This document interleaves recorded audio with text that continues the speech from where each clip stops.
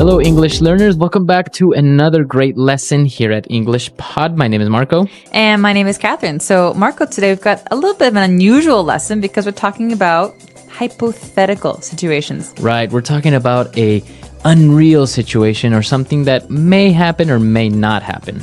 Okay, so you're going to hear all about this in today's dialogue. We're going to hear it a couple of times. When we come back, we'll be breaking it down for you so you know all about these great phrases and how to talk about not real situations with your friends.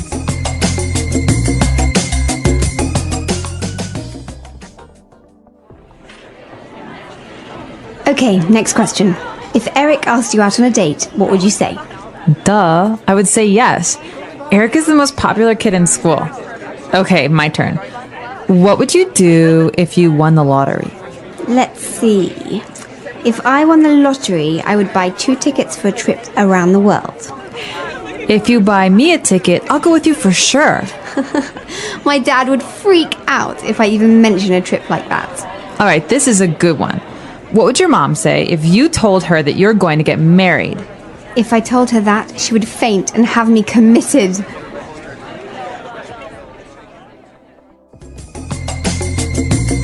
All right, so I think that was clear and, well, a very common situation. 2 teenage girls talking to each other about, boys and what would you do and da-da-da. Guys do this too, so don't just put this on the girls, okay? I don't think we do it like this, though. No, but it's actually a very popular game in the car to play, the what if game. The what if game, Yeah. Exactly. And that's exactly the topic that we want to talk about today is the structure what if, which is actually called a conditional. All right, so conditional because the result, the thing that happens, depends on something else. Exactly. So let's actually take a look at the words in today's language takeaway before we talk about all this grammar stuff. Language takeaway. Okay, so we'll start out with some basic words. They were talking about guys, and she said if Eric asked you out. Right? So to ask somebody out. Okay, so this might be a little bit strange because you think, okay, to ask is to ask a question. But to ask out, it's a fixed phrase. It's something you say. These 2 words go together, right? So I want to ask someone out. It means I want to invite someone on a date. On a romantic date, usually. So yeah, I want to ask him out to dinner, or he asked me out to the movies. Now, if I didn't want to ask somebody out on a romantic date, what verb would you use? I'd say you could invite someone out, but then again, it's always a little bit, you can say invite for someone if you're going to ask them on a date too. So Yeah. I'd say to ask out is always romantic, and to invite can be romantic or just friends. Okay, so to ask somebody out. Now, they were talking about other situations. Maybe they would go on a trip or something. And she said, my dad would freak out. This is a great phrase, and this is something that I used a lot when I was a teenager. The word freak out? Freak out. So the verb to freak out means to be really angry or upset, or, it could be a good thing or a bad thing. But usually when we're talking about our parents, it's a bad thing. It's a bad thing. So they get angry, they start yelling at you. Yeah, so Freak out. Freak out means like overreact. All right. And the last word that we have on language takeaway today is committed. Well, let's look at the whole phrase. He says, she would have me committed. So this is actually being done to someone. Now, we did look at this word before, but basically for marriage, right? To commit to somebody, to promise. Yeah, but to have someone committed means that you're going to send them away to maybe a mental institution. Exactly. So this means they have psychological problems and someone else sends them to the hospital because they can't send themselves. Exactly. So it's always used to have someone committed, right? Right, because it's being done to them. They don't want it to happen. It's involuntary. Okay. So she had him committed. My mom's going to have me committed if I keep working 20 hours a day. Exactly. So that's the way you use it. And so now you have another way of using this verb. But now I think we should listen to this dialogue again. We're going to slow it down a little bit, and then we'll come back and look at this grammar focus that we want to talk about.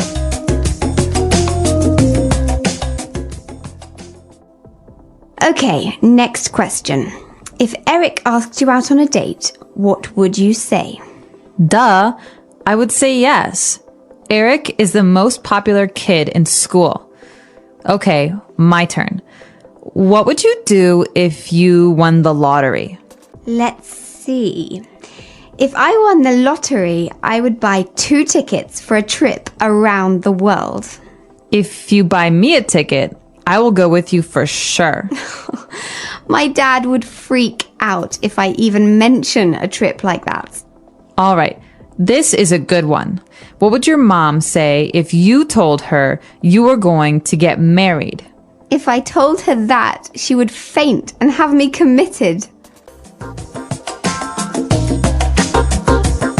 All right, so we understood all the vocab now. Now let's take a look at these unreal situations and what we were saying, the what if game. Right, so I think it's important to push these into 2 different categories, right? We have one kind where it's very unrealistic. It's probably not going to happen, that kind of situation. And the other one is a situation that could very well happen, something that's probably very common. Okay, so the first one we're going to talk about is very unrealistic situations, things that probably won't happen. Okay, so let's take a look at an example that we found in the dialogue. The most common one, and I think everybody gets asked this question, is if you won the lottery, what would you do? Okay, if you won the lottery. So this is a situation that's very uncommon, right? Not many people win the lottery. So we have to say, if you won the lottery. So we use this verb in the past tense. If you won the lottery, if this happened, what would you do? Right. All so, right. Catherine, if you won the lottery, what would you do? If I won the lottery, I would buy a boat and sail around the world with my friends. All right. So another example, again, using the same structure, right? The verb in the simple past tense, we would say, if you were stuck on an island with one other person, who would that be? All right. So if you were stuck on a desert island with one person, who would that person be? So Marco, I'm going to ask you, who would it be? I think it would be an engineer or a scientist that could probably get me off the island. What about your girlfriend? No, well, that's the point. If I can get to her quicker. Oh, okay. I would say maybe kind of romantic, but kind of not. So that's the first situation. We've got these situations like being stuck on an island, winning the lottery. These are very unlikely. But what about the other kind? But before we move on to that, you notice that we used the verb was. We didn't say if I was on an island. I said if I were, right? Or if you were. So this is the way that you use it in these conditionals. If I were you, or if you were president of the United States. Yeah, this is a rule. So this is a grammar rule. We're not going to describe why it happens because it's very, very complicated and you can look it up on our site, but we're going to describe how to use it. That's the most important. So we can say, for example, Marco, if I were you, I would dye my hair red. Why? I don't know. I think it would look cool. I don't think so. So if I were you, I would. Or if you were me, what would you do? Exactly. So we always use it like this, right? If you're going to use this conditional, always use were for the subject, never was. Right. So you can tell this very, very big grammar issue. A lot of English speakers make this mistake. Yes, very many. So, but now you know that you shouldn't make this mistake and you can speak properly. All right, so now that we've seen these semi-unreal situations, let's move on to something that's a little bit more probable, that it may happen. Right, so we've got these situations that are common or likely. For example, in this lesson we hear, I will go with you for sure. So this is, if you buy me a ticket to travel, of course I will go with you. So if you buy, this is in the present tense, if you buy, then I will. Right. Right. So now you notice the difference. The verb is in the present, and then we use, instead of would, we use will. So again, I can say, if it rains tomorrow, I will stay home and watch TV all day. Okay, so think about this. Before we talked about going to desert islands. Now we're talking about rain and the weather. They're very, very different. The rain is very common. So we can say, if it rains tomorrow, I will need an umbrella. What about this? If we have lunch tomorrow, what will we eat? So we have lunch pretty much every day, right? Yeah, pretty much. So again, it's a situation that is very probable. So if we have lunch tomorrow, we will probably eat I don't know, pasta, I think. I'm Yeah. feeling like pasta tomorrow. Pasta, Yeah. some noodles. Yeah. All right, so Marco, let's take another listen to some of these phrases and try and figure out, while you're listening, which kind of conditional it is, first or the second. If it stops raining, we'll go for a walk later. Sounds good. But what if it doesn't stop? Then we'll just stay inside and watch a movie. Fine by me. If we watch something, I'd prefer a comedy. Same here. If I had more time, I'd watch comedies every day. Me too. But if you had the time, would you get bored of them? Maybe. You know, if I'd studied filmmaking, I might have tried writing a comedy script. That's interesting. If you ever decide to do it, let me know. Sure thing. By the way, if you hadn't reminded me, I would have forgotten my umbrella today. Good thing I did. If you get wet, you always catch a cold. True. And if I catch a cold, I'm miserable for days. Exactly why we should stay dry. Agreed. So, if the rain lets up, let's grab some snacks for the movie. Deal. And if there's popcorn, count me in. Very good. So we heard different examples, and the first conditional is the one that we mentioned is very probable, and the second conditional is the one that's not so probable. So they're very easy to distinguish. You don't really need to know the names, just know how to use them, right? Exactly. And so just remember, if you were me, what would you do? We've got these kind of pairs, these words that go together. And the other one is more common. It's if it rains tomorrow, I will bring an umbrella. Perfect. So why don't we listen to this dialogue for the last time, just to kind of reinforce everything, and then we'll come back and talk a little bit more.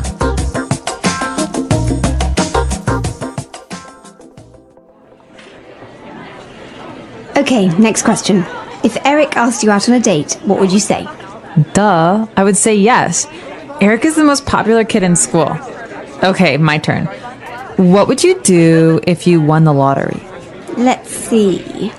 If I won the lottery, I would buy 2 tickets for a trip around the world. If you buy me a ticket, I'll go with you for sure. My dad would freak out if I even mention a trip like that. All right, this is a good one. What would your mom say if you told her that you're going to get married? If I told her that, she would faint and have me committed.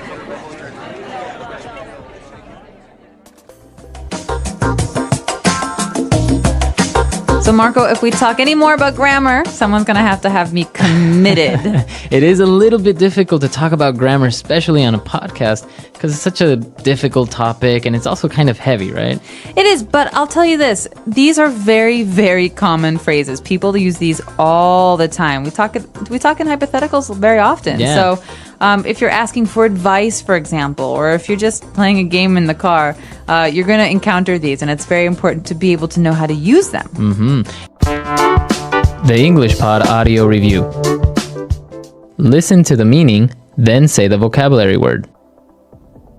To be in the place of someone. Be in your shoes. To lose one's nerve, become suddenly anxious. Freak out. An instance of spending the night as a guest at another's home. Sleepover. To request a date. Ask someone out. Suppositional, uncertain. Hypothetical. Put in a mental hospital. Commit. Rumor or talk of a personal, sensational, or intimate nature. Gossip. To join in marriage. Get married. To have dreamlike musings or fantasies while awake. Daydream. A romantic meeting. Date. Let's try that faster. Suppositional, uncertain. Hypothetical. To join in marriage. Get married. Rumor or talk of a personal, sensational, or intimate nature. Gossip.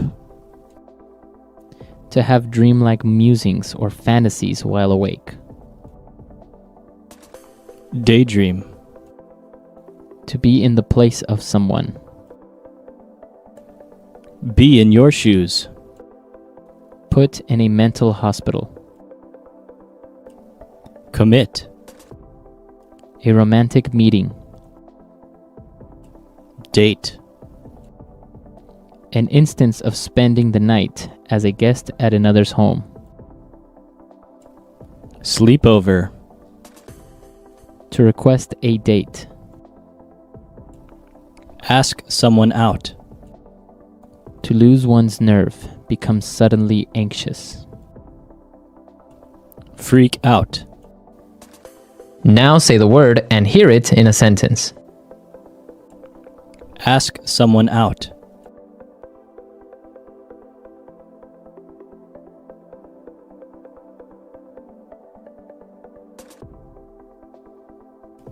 When asking someone out, choose your moment carefully and practice what you might say in advance so that you don't appear tongue-tied. Ask someone out.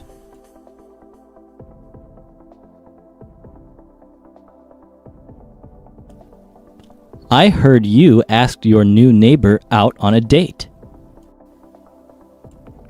Ask someone out.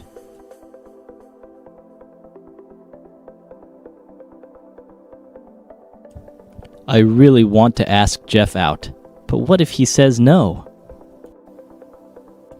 Freak out.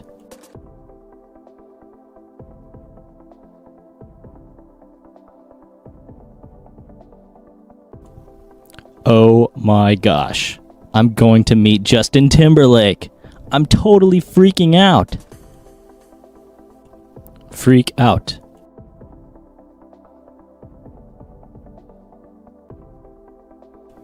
Why did you freak out when I told you I'd be late for dinner? Freak out.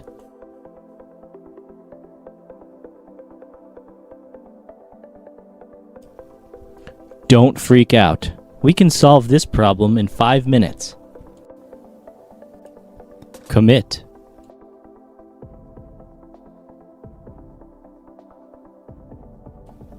The judge had him committed to a mental institution. Commit.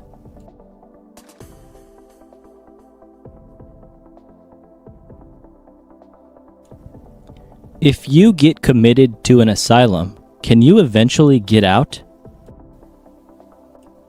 Commit.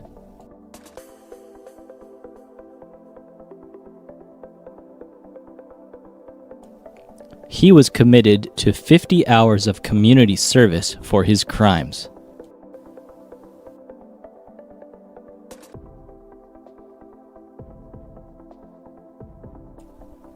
If I won $1 million, I would buy you a diamond ring.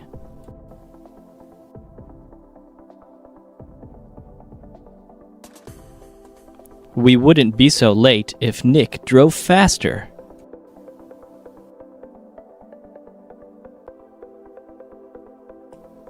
I would get a divorce if I were you.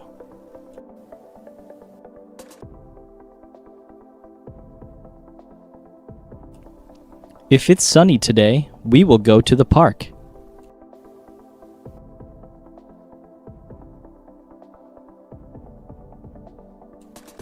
If you study hard, you will pass the test.